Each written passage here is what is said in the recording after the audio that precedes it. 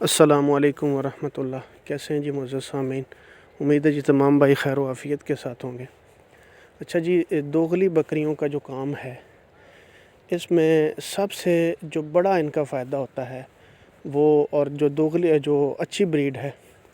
اس کی جو overall market ہے اس کے ساتھ کیا پرابلم ہے، یہ تھوڑا سا میں آج ڈسکس کرنے کی کوشش کروں گا۔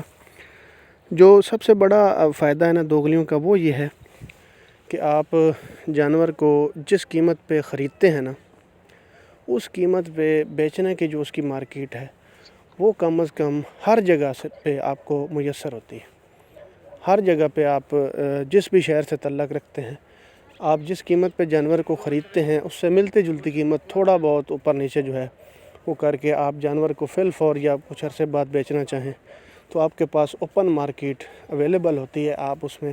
اسی قیمت پہ جانور کو سیل کر سکتے ہیں۔ اور آپ چھوٹے لیول پہ کام کر رہے ہیں، بڑے لیول پہ کام کر رہے ہیں،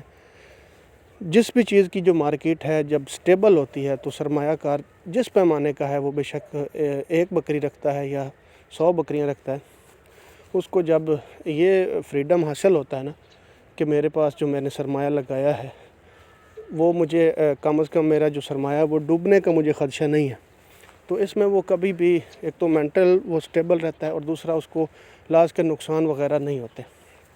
اس کے برعکس آپ نے اکثر اوقات دیکھا ہوگا کہ جو بڑی بکریوں کی مارکیٹ ہے وہ جہاں پہ بھی بڑی بکری کھڑی ہوگی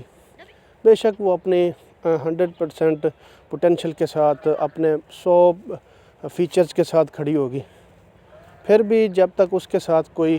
کسی بڑے گھر کا نام منسلک نہیں ہوتا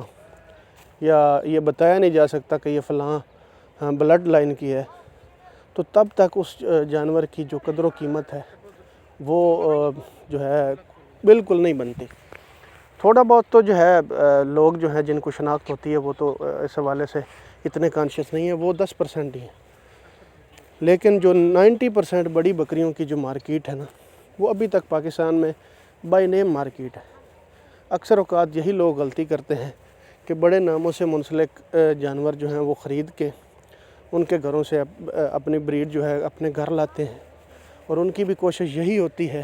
اور یہی سوچ ہوتی ہے کہ بہت جلد ہم بڑے بریڈرز کی بکریاں جو ہیں وہ اپنے گھر میں لا کے جلدی سے اپنا جو ہے نا کاروبار سٹارٹ کر دیں گے، اس حوالے سے کہ ہمارے جو جانور ہیں اسی بریڈ کے ہمارے پاس بہت جلد تیار ہو جائیں گے اور ہم ان کو اسی قیمت پہ بیچ سکیں گے، کیونکہ بزنس پوائنٹ آف ویو سے ہی بندے نے سوچنا ہوتا ہے۔ لیکن ایسا بالکل نہیں ہوتا۔ اس کی بڑی وجہ یہ ہے کہ میں اگر کسی بھی بڑے گھر کا جانور لا کے اپنے گھر کھڑا کر دیتا ہوں اور کوشش ہوتی ہے کہ جس قیمت پہ ان کے جانور سیل ہو رہے ہیں میرے اسی قیمت پہ سیل ہوں، کیونکہ یہ اسی گھر کے ہیں، تو کوئی پاگل ہی ہوگا جو مجھ سے آگے خریدے گا اور ان سے ڈائریکٹ نہیں خریدے گا، کیونکہ میرے پاس جو جانور کھڑے ہیں تو ان کو 100 قسم کے تحفظات ہیں ان پہ کہ یہ پتہ نہیں اس گھر کے ہیں بھی صحیح کہ نہیں۔ لیکن جو ان کے گھر کھڑے ہوں گے وہ بے شک ان کے اپنے نہیں بھی ہوں گے تو وہ اچھی قیمت پہ ان کے نام سے منسلک ہو کے جو ہے وہ جانور بک جائیں گے۔ باقی دوغلی کا ہرگز مطلب یہ نہیں ہوتا کہ آپ جو ہے پھٹیچر جانور لے کے آئیں۔ جانور آپ کا نیچے سے اچھا ہونا چاہیے، جس میں دودھ کی کوالٹی اچھی ہو۔ تو بڑے بڑے لوگ ہیں جن کو میں جانتا ہوں جی، جنہوں نے بالکل ٹیڈی بکریوں سے سٹارٹ کر کے نا بڑے کم عرصے میں اپنے گھر کی ایک بہترین بریڈ تیار کی ہے،